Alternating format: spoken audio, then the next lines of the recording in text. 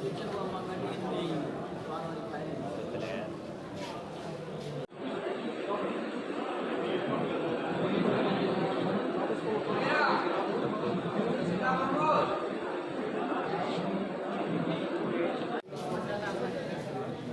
तो ये love marriage का है सर। लव मैरिज का भी क्लियर नहीं हुआ ना। लव मैरिज का भी है तो भाई अंडर एज पर वजाहत नहीं होनी चाहिए। और मीडिया पे नंबर लड़के आप चेक कर लें। सर क्या हुआ आज दलाइल में? 20 तारीख फाइनल इन्वेस्टिगेशन के बाद सर लगता है केस मजबूत हो रहा है, अब अच्छा आगे जा रहा है। हाँ, बहरहाल 20 तारीख को जो हम फाइनल देंगे सप्लीमेंट्री चालान, ठीक है, उसके बाद जो है ना इन दो मुल्ज़मान को अब जमानत अदालत ने फिलहाल मंजूर नहीं की। नहीं की 20 के बाद फाइनल चालान के बाद। अच्छा ठीक है सर, थैंक यू। बिस्मिल्लाहिर्रहमानिर्रहीम। अस्सलाम वालेकुम नाज़रीन, मैं हूं साकिब बशीर। दुआ ज़हरा केस से मुतल्लिक बात करेंगे। कराची से बड़ी खबर आ रही है। मैंने आपको गुज़श्ता वीडियोज़ में भी बताया था कि दुआ ज़हरा का जब मेडिकल बोर्ड जो बना था उसकी जो जब से रिज़ल्ट आया है उसने केस का पूरा रुख जो है वो तब्दील करके रख दिया है। उसमें जो ज़हीर है, निकाह खां है और गवाह है, उनके खिलाफ जो घेरा है वो तंग हो रहा है।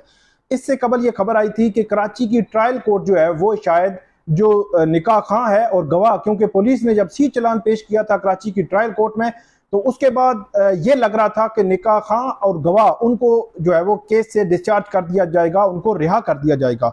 लेकिन जब मेडिकल बोर्ड की रिपोर्ट आई है, एक नए जो है वो फैक्ट्स सामने आए हैं इस केस में, तो अब तमाम अदालतों से मुख्तलिफ फैसले आना शुरू हो चुके हैं। और मैं ये समझता हूँ कि ये पहला फैसला है मेडिकल बोर्ड के बाद, मेडिकल बोर्ड की रिपोर्ट के बाद, जो एक बड़ा जो है वो डंड डालेगा आइंदा आने वाले दिनों में भी। और ये फैसला जो है, जो जमानत बाद अज गिरफ्तारी की दरखास्त थी, जो निकाह खां है गुलाम मुस्तफ़ा और गवाह असगर, उन दोनों की बाद अज गिरफ्तारी जो जमानत की जो दरखास्त थी उसको मुस्तरद कर दिया गया है। ये बहुत बड़ा फैसला है। और इस हवाले से जो अब दूसरा जो गवाह है वो और जो ज़हीर है, ज़हीर ने आज प्रोटेक्टिव बेल करवा ली लाहौर से। ज़हीर अब जो है वो कराची की अदालत में डेफिनेटली उसको जाना पड़ेगा। 14 जुलाई तक उसकी जो है वो हिफाजती जमानत है, उसको एक हफ्ता जो है वो मजीद एक्सटेंड करवा सकता है लाहौर हाई कोर्ट से। लेकिन बज़ाहिर ऐसे लगता है कि अब हर सूरत में ज़हीर को कराची जाना पड़ेगा और जो मुतलका कोर्ट है वहां से उसको जमानत जो है वो करवानी पड़ेगी। जमानत कबल अज गिरफ्तारी अब कराना जरूरी है हिफाजती जमानत के दौरान। अगर वो हिफाजती जमानत के दौरान जमानत नहीं करवाता तो पुलिस जो है उसे गिरफ्तार कर लेगी, क्योंकि आज जो एडिशनल जो डिस्ट्रिक्ट एंड सेशन जज हैं शर्की कराची के, उनकी अदालत में जो समाअत हुई वो अहवाल मैं आपके सामने रखता हूं और उसके बाद इसका इम्पैक्ट उस पर बात करेंगे कि अब आइंदा आने वाले दिनों में क्या होने जा रहा है। आज जो गिरफ्तार निकाह खां है गुलाम मुस्तफ़ा और गवाह असगर, ये दोनों जो है वो जेल में है। पुलिस ने इनको पहले ही गिरफ्तार किया हुआ था, तो इन्होंने जमानत बाद अज गिरफ्तारी की दरखास्तें जो है वो कराची की इस अदालत में दायर की हुई थी। तो अदालत ने आज जो दरखास्त थी, इनकी बुनियादी तौर पर दरखास्त ये थी कि पुलिस की जानिब से केस का सी चलान पेश किया गया है। जो ट्रायल कोर्ट है कराची की उसमें सी चलान जो है वो पेश किया गया है और पुलिस ने हमें मुकदमे से डिस्चार्ज करने की इस्तदा कर रखी है। और ये भी कहा कि अदालत से इस्तदा है कि दरखास्त जो है वो मंजूर की जाए, कि उनकी जमानत जो है वो बाद अज गिरफ्तारी की दरखास्त जो है वो मंजूर की जाए। अब जिस दिन सी चलान जो है वो पेश हुआ था उस दिन बज़ाहिर अगर ये फौरी तौर पर जमानत दायर करते या उन दिनों ही मेडिकल बोर्ड की रिपोर्ट आने से पहले अगर यही दरखास्त जो है वो सुनी जाती तो इनकी जमानत इनको मिल जाती। लेकिन जब नए फैक्ट्स आ गए हैं, नए हकायक जो है इस केस में सामने आ रहे हैं और आ गए हैं, तो अब उसके बाद जो कराची की जो अदालत है, कराची की जो मुकामी अदालत है, उसने गुलाम मुस्तफ़ा, निकाह खां और गवाह जो है असगर, इन दोनों की दरखास्त जमानत जो है वो मुस्तरद कर दी है बाद अज गिरफ्तारी की। ये दोनों अदालती रिमांड पर जो है वो जेल में, इस वक्त भी जेल में है। और दुआ ज़हरा के खिलाफ जो अल फलाह थाना है कराची का, वहां पे दुआ ज़हरा को अगवा करने का जो पर्चा है वो दर्ज है। इन्होंने कोई हिफाजती जमानत पहले नहीं करवाई थी, इनकी गिरफ्तारी हुई यहाँ पंजाब से, इन्होंने पंजाब में कराची की पुलिस के हवाले किया, कराची पुलिस वहां पे इनको जो है वो पेश किया, अदालत ने इनको जेल भेज दिया था। जेल भेजने के बाद इन्होंने जमानत जो है वो बाद गिरफ्तारी की दरखास्त दायर की थी और अब वो दरखास्त खारिज हो चुकी है। अब इसका इम्पैक्ट क्या है? इम्पैक्ट ये है कि जो जहीर है, जो मरकजी इसमें किरदार है, जहीर के गिर्द जो है वो घेरा तंग हो रहा है। जहीर जब हिफाजती जमानत मुकम्मल होने से पहले उसको कराची की किसी भी जो अदालत है, मुतलका अदालत है, उस अदालत से उसको जमानत कबल अज गिरफ्तारी कराना जरूरी है। इट मीन कि आप ये कह सकते हैं कि ईद के फौरन तीसरे या चौथे रोज उसको कराची जो है वो जाना पड़ेगा और जमानत ये है वो करवानी पड़ेगी, क्योंकि उसकी जो अब नए फैक्ट्स, नए हकायक जैसे जब से सामने आए हैं, जो सिंध पुलिस है वो भी एक्टिव हो चुकी है। गुज़श्ता वीडियो में मैंने आपको बताया कि पुलिस को जो ट्रायल कोर्ट है उसने एक तो मामला री इन्वेस्टिगेट करने का ऑर्डर किया है कि दोबारा इस केस की तहकीकात की जाए, दोबारा इस केस को जो मजीद जो फैक्ट्स सामने आए हैं उनको मद्देनजर रखकर इसकी तहकीकात की जाए।